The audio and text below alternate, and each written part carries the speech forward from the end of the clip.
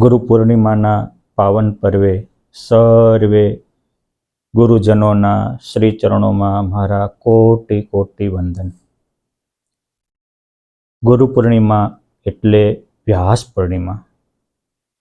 ગુરુ પૂર્ણિમા એટલે આત્માને અંધકાર તરફથી કાઢીને પ્રકાશમાં ગતિ કરાવનારી પૂર્ણિમા. ગુરુની પૂર્ણિમા એટલે આત્માને મૃત્યુના મુખમાંથી બહાર કાઢી અને અમૃત ધામનો આગમન કરાવનારી પૂર્ણિમા. ગુરુ પૂર્ણિમા એટલે આપણા અંધકાર રૂપી અજ્ઞાનને કાઢી અને દિવ્ય પ્રકાશને પાથરનારી પૂર્ણિમા. આ પૂર્ણિમાએ ભગવાન વેદવ્યાસજીનો જન્મ થયો. ભારત વર્ષમાં યુગોથી સદીઓથી અનેક મહાપુરુષો થયા. આ તમામ મહાપુરુષોના અનુભવોના નિચોડ રૂપ ભગવાન વેદવ્યાસજીએ 18 પુરાણોની રચના કરી, ઉપપુરાણોની રચના કરી, 4 વેદોના વિભાગ કર્યા, મહાભારત જેવા ઇતિહાસોની રચનાઓ કરી.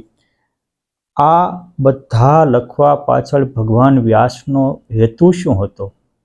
તો એક જ હેતુ હતો કે લોકો વેરાયેલાને એક કરવાતા, વિફરેલાને શાંત કરવાતા.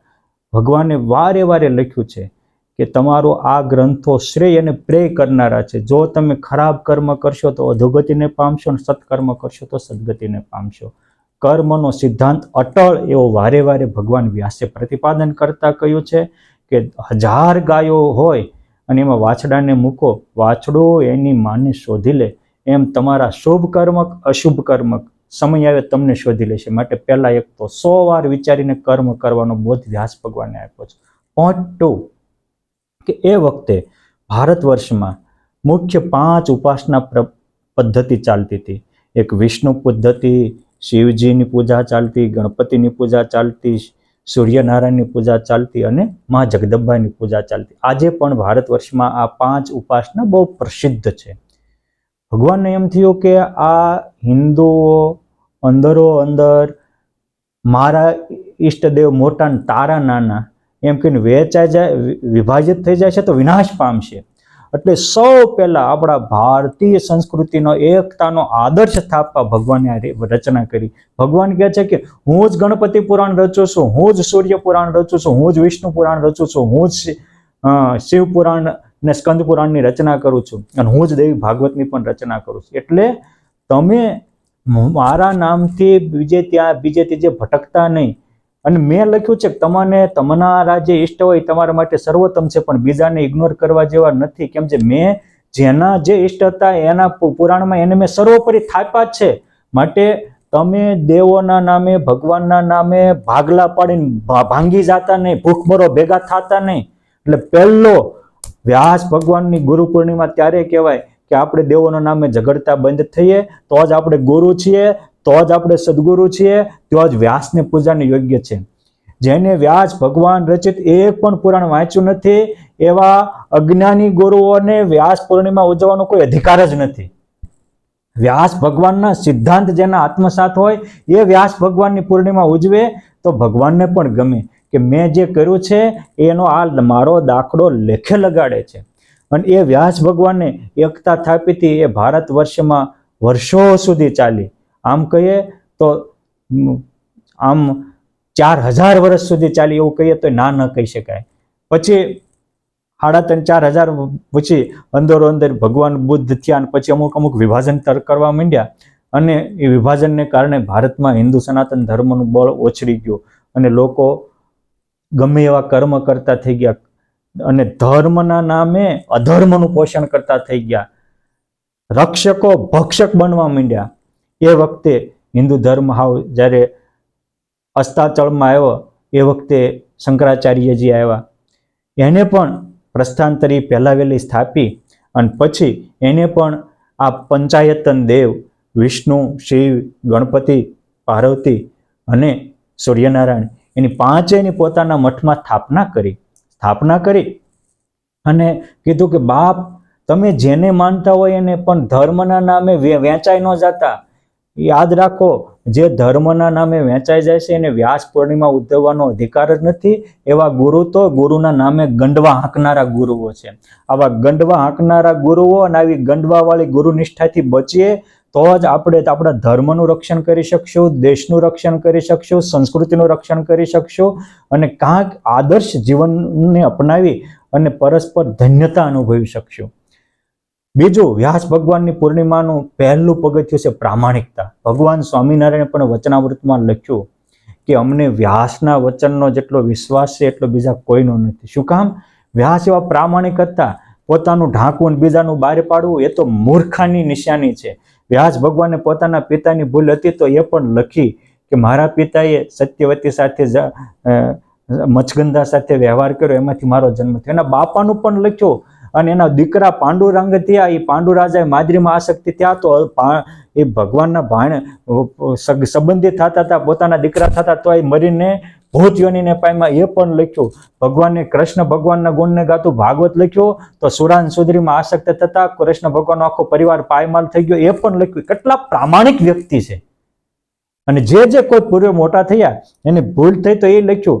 પણ યાદ રાખજો, નકરી ભૂલો સામે ખોતરા નથી કાઢ્યા.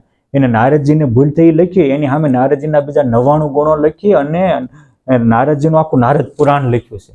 ભગવાન ભોળાનાથ મોહિનીમાં મોહ પામ્યા એ પ્રસંગ લખ્યો, પણ બીજા ભોળાનાથના બીજા 99 ગ્રંથો લખીને આખું શિવ પુરાણ ને સ્કંદ પુરાણ લખ્યા છે. આપણે મૂર્ખ લોકો શું કરે, ખાલી એની એક કોકે વ્યાસ ભગવાનની એક નેગેટિવ કે નારદજીને માકડાને મોઢું થયું, આ તારા 1000 વાર થયા છે. તું પેલા નારદજીનું જમા પાસું જ જો. વ્યાસ ભગવાનને નેગેટિવ પાસું બહુ સૂક્ષ્મ સાવધાની માટે લખ્યું છે અને પોઝિટિવ પાસાનો તો ઢગલા કરી દીધા છે. માટે જે ભગવાન ભોળાનાથમાંથી કે નારદજીમાંથી ગુણ લઈ શકતા ન હોય એવાને વ્યાસના ગ્રંથો વાંચવાનો અધિકાર નથી અને એને ગુરુ પૂર્ણિમા કરવાનો પણ અધિકાર નથી. માટે પહેલા વ્યાસ ભગવાનને તમામ ઋષિ મુનિઓના ગ્રંથોને એકત્રિત કરી અને જેનામાં જે સારું હતું એ લખ્યું. અને ભરતજી ઋષભદેવ ભગવાનના દીકરા હતા તો મૃગલીમાં મોહ પામ્યા તો અધોગતિને પામ્યા. માટે આપણે સાવધાન, સામાન્ય તો કેટલું સાવધાન રહેવું પડે એ સાવધાની આપવા માટે લખ્યા છે. માટે એક આ એંગલ પકડીએ. પોઈન્ટ 2, 3 કે ભગવાન સ્વામિનારાયણે પણ આ બેટથી ભગવાન વ્યાસની અને ભગવાન જગતગુરુ શંકરાચાર્યએ જે પદ્ધતિ પર અપનાવી હતી એ આપણામાં આવે અને મંડળો એ વ્યવસ્થાના ભાગરૂપે થઈ જાય, વિભાજનના ભાગરૂપે ન થઈ જાય. એટલે શિક્ષાપત્રી લખી. એમાં લખ્યું કે વિષ્ણુ, શિવો, ગણપતિ, પાર્વતી ચ દિવાકરો એ તે પંચ તયા પૂજ્યા દેવતા સર્વે મામ કે આ 5 દેવો મારા તમામ આશ્રિતો પૂજ્ય છે. બેઠું શંકરાચાર્યનું સારું હતું તો શંકરાચાર્યના પંચાયતન દેવ સ્વીકાર્યા. રામાનુજાચાર્યનું સારું હતું તો રામાનુજાચાર્યનું જ્ઞાન તણ તત્વનું સ્વીકાર્યું. ભક્તિ વલ્ભાચાર્યજી મહારાજની ભક્તિ સારી હતી તો ભક્તિ સ્વીકારી. વલ્ભાચાર્યજી મહારાજના પુત્ર વિઠ્ઠલનાથજીની ઉત્સવ પ્રણાલિકા સારી હતી તો એ સ્વીકારી. રામાનંદાચાર્યજીની સાધુઓને ભગવા પહેરવાના એક પંક્તિમાં જમવાની રીત સારી હતી તો એ સ્વીકારી. મધ્વાચાર્યજીને નિંબાર્કાનું ગોલોક ધામ પ્રિય હતું, ભાગવત પુસ્તક પ્રિય હતું તો એનો એક ગ્રંથ સ્વીકાર્યો. બધામાંથી પરમાત્મા પણ આવા મોટા હોવા છતાં, સ્વયં સર્વોપરી સમ્રાટ હોવા છતાં સૌનું સારું સ્વીકારવાની મને તમને દ્રષ્ટિ આપી છે. અને એટલે જ ભગવાન સ્વામિનારાયણ માટે સતાનંદ સ્વામી લોકો ઓમ વ્યાસ સિદ્ધાંત બોધકાય નમઃ. માટે આપણે પણ આજે મંડળો વાડાબંધી માટે ન કરીએ, મંડળો સંપ્રદાયના વિભાજન માટે કરતા બંધ થઈએ તો જ સાચી વ્યાસ પૂર્ણિમા ઉજવી કહેવાય, તો જ સાચા અર્થમાં ગુરુ પૂજન કર્યું કહેવાય. માટે મારી બધા જ ધર્મ જગતના લોકોને કરબદ્ધ પ્રાર્થના છે કે આપણે આપણા દેશને બચાવવા માટે, આપણા ધર્મને બચાવવા માટે પ્રામાણિકતા બચાવીએ, નીતિમત્તા બચાવીએ, કરેલા કર્મનું ફળ ભોગવવું પડશે એ જાણીએ. ક્યારેય કોઈની ક્યારેય કોઈની હાય લાગે એવું કોઈ કામ ન કરીએ. સૌનો આશીર્વાદ મળે, દુઆ મળે એવા આપણા જીવન પવિત્ર બનાવીએ, વિશાળ ભાવના રાખીએ, સૌને ભગવાનના સંબંધથી અપનાવવા શીખીએ. દાદા ખાચરે ભગવાનના સંબંધથી સ્વામિનારાયણ ભગવાનના 526 મંડળ હતા, બધા મંડળને અપનાવ્યા એટલે પુરુષોત્તમ નારાયણ એના ઘરે ઘર કરીને રહ્યા હતા. એટલે દાદા ખાચર ખરેખર ગુરુ પૂર્ણિમા ઉજવવાને લાયક છે. પર્વત બાપા રામાનંદ સ્વામીના શિષ્ય હતા, પરંતુ સહજાનંદ સ્વામીના જેટલા સંતો હોય એટલા બધાને પોતાનો માથાનો મુંગટ માની અને પોતાના ઘરના સભ્ય કરતા વધારે પ્યાર કરતા.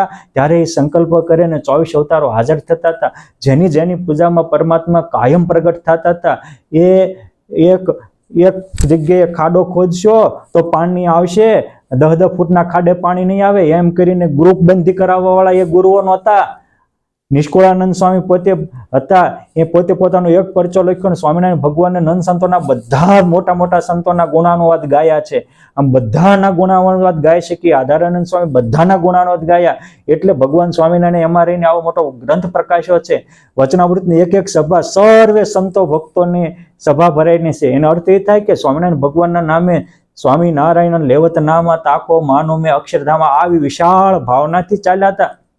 માટે દરેકને પોતપોતાના જે ગુરુજનો હોય એ પૂજ્ય છે, સેવનીય છે, આરાધનીય છે, પરંતુ એનો અર્થ એ નથી થતો કે બીજા પ્રત્યે નફરત રાખવી, બીજાને પગે પણ ન લાગવું.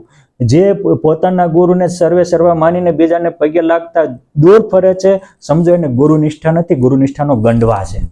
ભગવાન સ્વામિનારાયણ પોતાની સર્વોપરી ઉપાસના પ્રવર્તાવા આવ્યા હતા, છતાંય તે મંદિરમાં દેવો પધરાવ્યા અને પોતાના સ્વરૂપ જેટલો જ દેવોને આદર આપ્યો. અરે હમ તો એક સહજાનંદ ગાવે, હમારે મન સ્વામિનારાયણ દૂસરોના ભાવે. આવી નિષ્ઠાની ખુમારી વાળા સંતો પણ પુરુષોત્તમ નારાયણ સાથે જેના અવતારોને એટલો આદર આપતા હોય તો આપણા ગુરુ સાથે આપણે બીજાના ગુરુઓને આદર આપવામાં વાંધો શું છે? અને બીજાના ગુરુને આદર આપવામાં ન્યાજ આવે તો તમારું કલ્યાણ બગડી જશે. આવો કલ્યાણનો ઈજારો કોઈએ પોતાના ઘરે સ્વામિનારાયણ આપેલો નથી. કલ્યાણ તો હવમાં ભગવાન જોશો, સિયા રામમય સબ જગ જાની કરશો. મુક્તાનંદ સ્વામીની જેમ જ્યાં જોઈએ ત્યાં રામજી બીજું ન ભાષે ત્યાં પહોંચશો ત્યારે થશે. અને તમે સારા સંતોમાં પણ સદભાવના નહીં કેળવો, ગુણભાવ નહીં કેળવો, પ્રેમ ભાવ નહીં કેળવો તો વાસના વજ્રસાર જેવી ક્યાંથી જશે? માટે જે રીતે વ્યાસ ભગવાને એકતાનો સંદેશો આપ્યો, શંકરાચાર્યજી મહારાજે એકતાનો સંદેશો આપ્યો, ભગવાન સ્વામિનારાયણે પણ આ એકતાનો સંદેશો આપ્યો.